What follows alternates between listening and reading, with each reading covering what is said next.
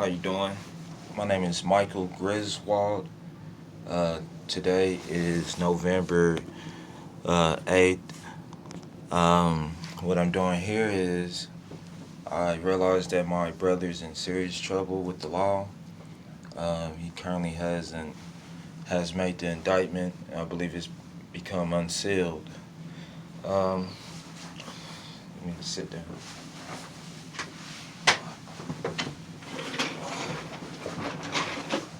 All right, before we get into my brother, uh, I guess it's best to introduce me. I'm 35 years old, come April 5th, and this is kind of hard, you know, knowing that loved one, my brother, Sean Nero, um, will eventually be apprehended and face charges, um, right in the point where he's in the process of changing his life. Um, I am a witness to his, as far as lately, I see the change in him. Since the incident that he's been accused of, I've seen a gradually, progress in his life as far as being more family oriented, being a better father, learning from his mistakes, and attaining reasonable goals for him and his family situation. A little bit about our upbringing. Um, like I said, I'm 34. Um, my mother, Sharon D. Nero, rest in paradise, who was murdered roughly 4.5 years ago. She had, I'm the second oldest boy. She had my oldest sister when she was 12. And a year and a half later, she had me. So I had a, growing up as a child, uh, the world was a challenge. I didn't come from a classic American family. It was a lot of figuring out about my insecurities and learning the world from just imagine having a teenage mother, uh, practically a preteen mother is what at that. Coming from a not very educated family who migrated to Kansas City and in hopes and aspirations to build our family up and do bigger and better things. Um, I have a son as well. I have a 13-year-old son. My child is actually a Kansas City, Kansas police officer. My child's mother. Um,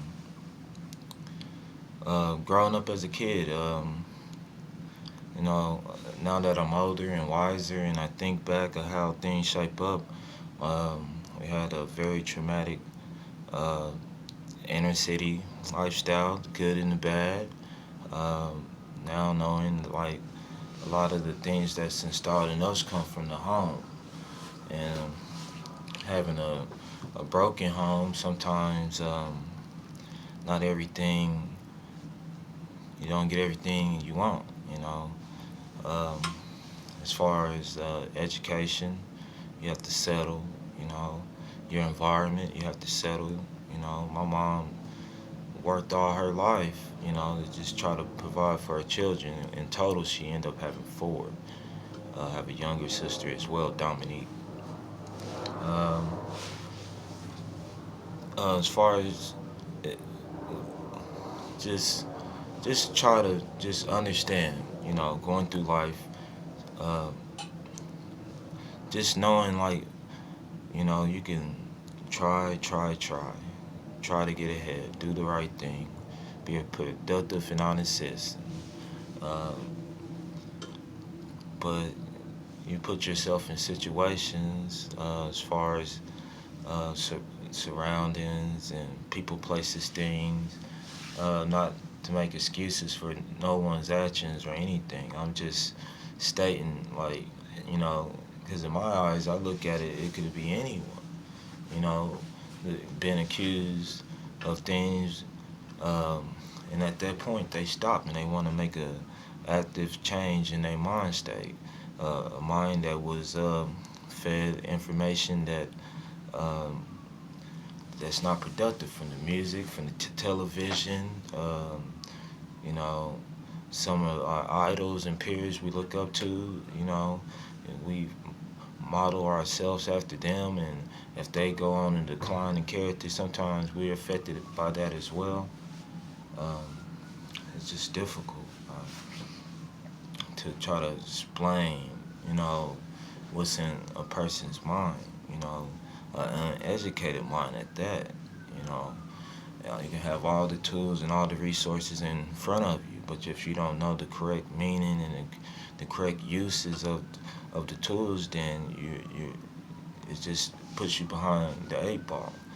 Um, so it's harder, you know, doing all the distractions, and then at the same time you're trying to figure yourself out and try to grow from your situation, which isn't based off generational wealth.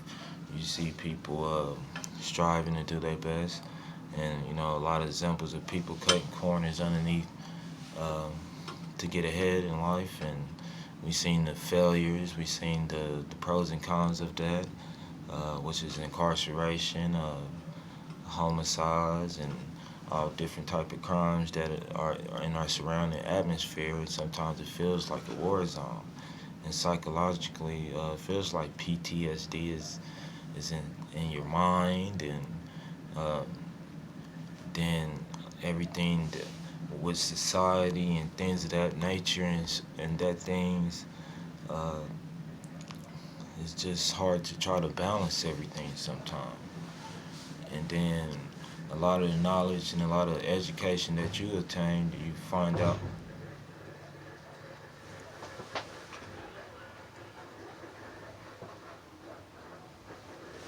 over time it's not accurate or correct, you know.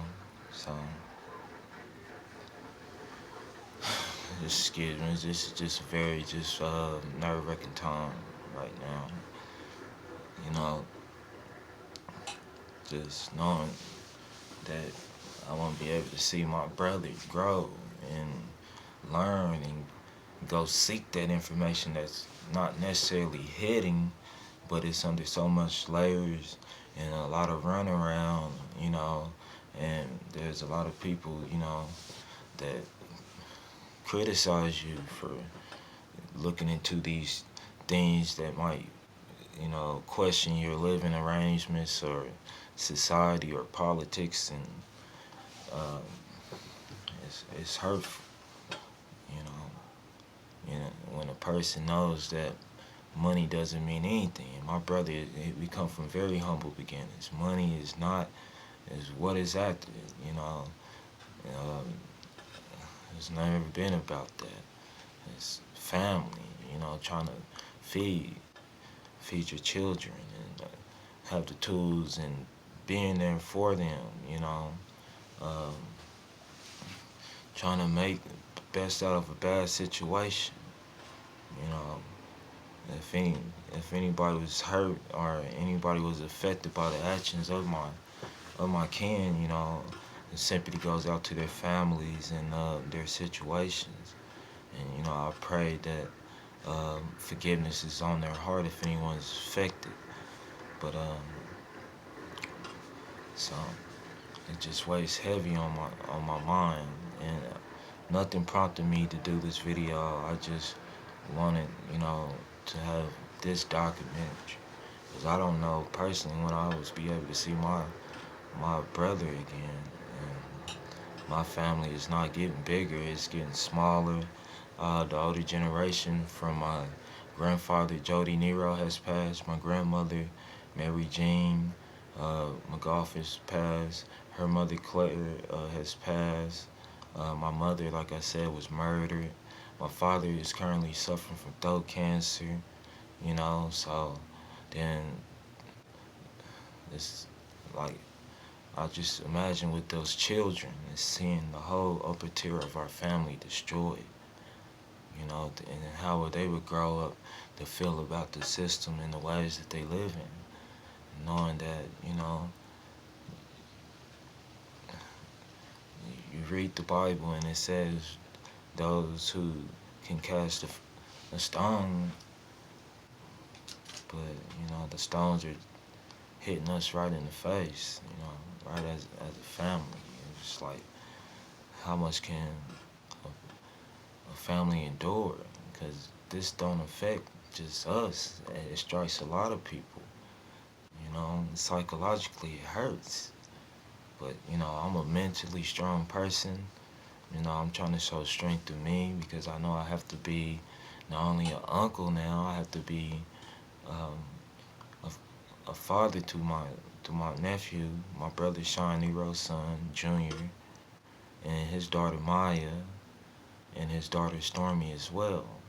Not on top of that, I have my own issues of trying to get into the beneficial, being a constructive active citizen, being in my son's life as well.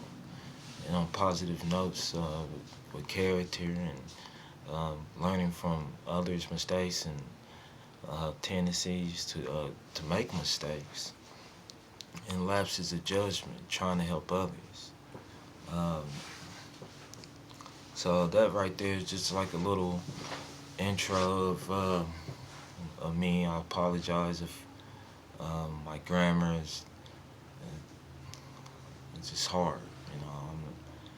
Um, Regarding the charges against my brother, I know for a fact that he was not distributing methamphetamine. He wasn't distributing crack cocaine. He wasn't distributing marijuana and those firearms in possession. It wasn't his. Um, his roommate. A lot of these details will come out in court, and hopefully they will.